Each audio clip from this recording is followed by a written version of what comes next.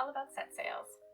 So I work in costumes in film and television, and when a movie or a TV show is done and it doesn't need any of its stuff anymore, they sell it. All of it. All of it. That includes costumes, set deck, props, everything. You name it, they gotta sell it.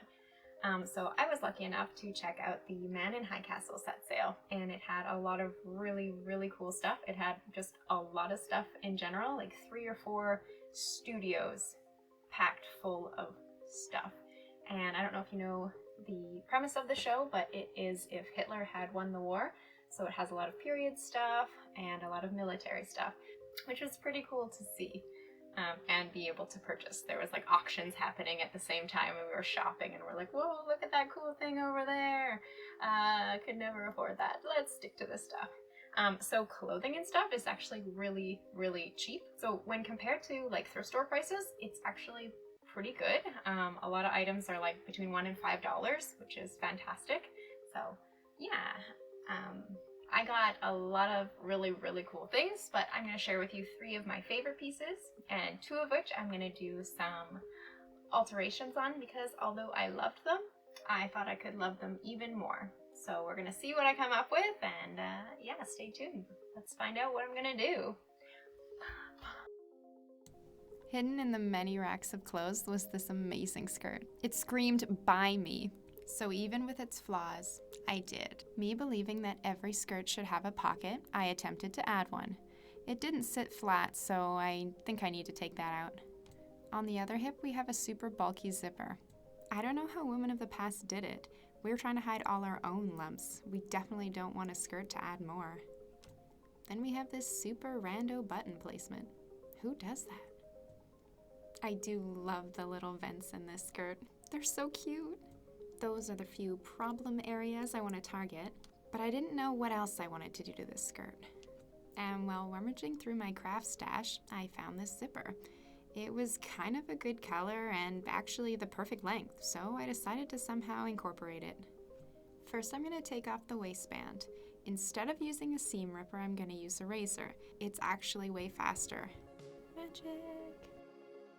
Get out of here, pocket. You were supposed to make my life better. Boop! Sew it back up and forget I ever made this pocket. Get gone, chunk. Here, I demonstrate the correct technique to use a razor. Sew it up, and that concludes your lump removal. Because I love seam ripping so much, I'm going to remove the reinforced stitching here and open up this front piece. I wanted to try and incorporate the zipper into my favorite flappy part. With a lot of finagling, I got the zipper pinned to the center front. Then stitch that sucker on. Zippers are one of my least favorite things to do, but you kind of need them. I made sure to leave a 1/2 inch at the top of the skirt where I didn't stitch down the zipper. This is going to help attach the waistband later.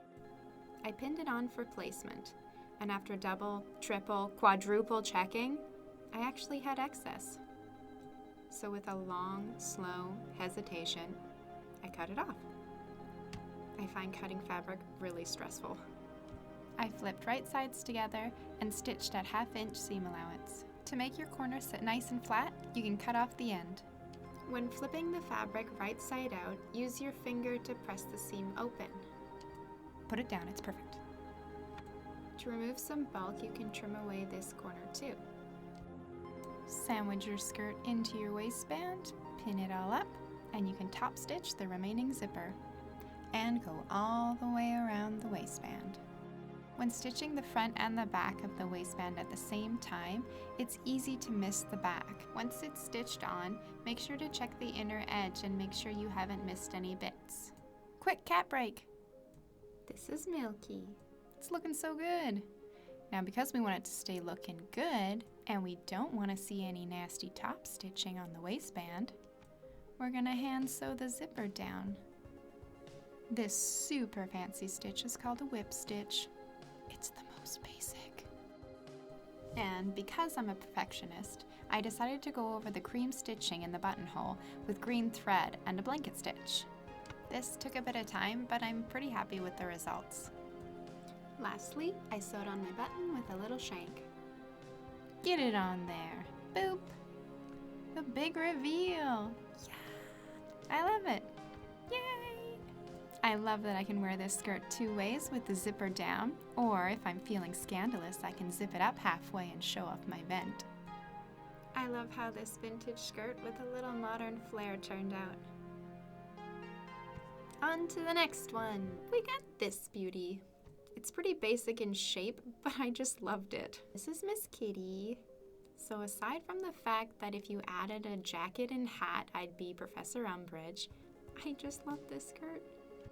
And really the only thing I needed to fix was the hideous buttons. What are those? And it was actually kind of tight on me, so I'm gonna make it a bit bigger somehow. Machen wir das. Let's do it in German. Say goodbye, buttons. And to pretend they were never there, I'm gonna stitch up the buttonholes using a whip stitch at the back. Keep it secret, keep it safe. I'm gonna add a fancy hook and bar, as well as a snap closure, to make this waistband actually fit me. Pro tip. On women's shirts and skirts, the right side always comes over the left. So the left should have your bar, and the right that comes over will have the hook. Pro tip. When sewing on your snaps, there is a male and a female side. The female side should always be against the body, and the male side should push into it. In my case, the male side will be on the right. If you have ever purchased clothes from a set sale, you may have noticed someone else's name written in your clothing. Thanks for the skirt, BOTD. I love it. I made my own buttons. I don't know why that accent. Since I didn't have any other pink tweed lying around, I used this pink fabric that I thrifted. Using a template from a button making kit, I cut out my buttons. The kit comes with a little rubber nubbin thingy, and with the good side of your fabric at the bottom, you jam the metal button in, and then squish all the excess fabric around it. If you have too much excess, you can trim it away.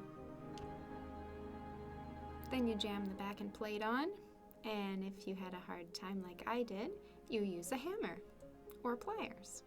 It's beautiful! And hand sew to victory. Pro tip. Buttons actually look better when you have an uneven number of them. Why is that? I don't know. And here it is. I mean, the skirt was really simple already, but I added a lot of interest, I think. It goes really well with this shirt that I also got at the sale, and this amazing cardigan that I thrifted. I'm super in love with my two new skirts. I think my simple alterations made them 100 times better. Thanks for watching, and thank you Man in High Castle for ending and giving me these great skirts.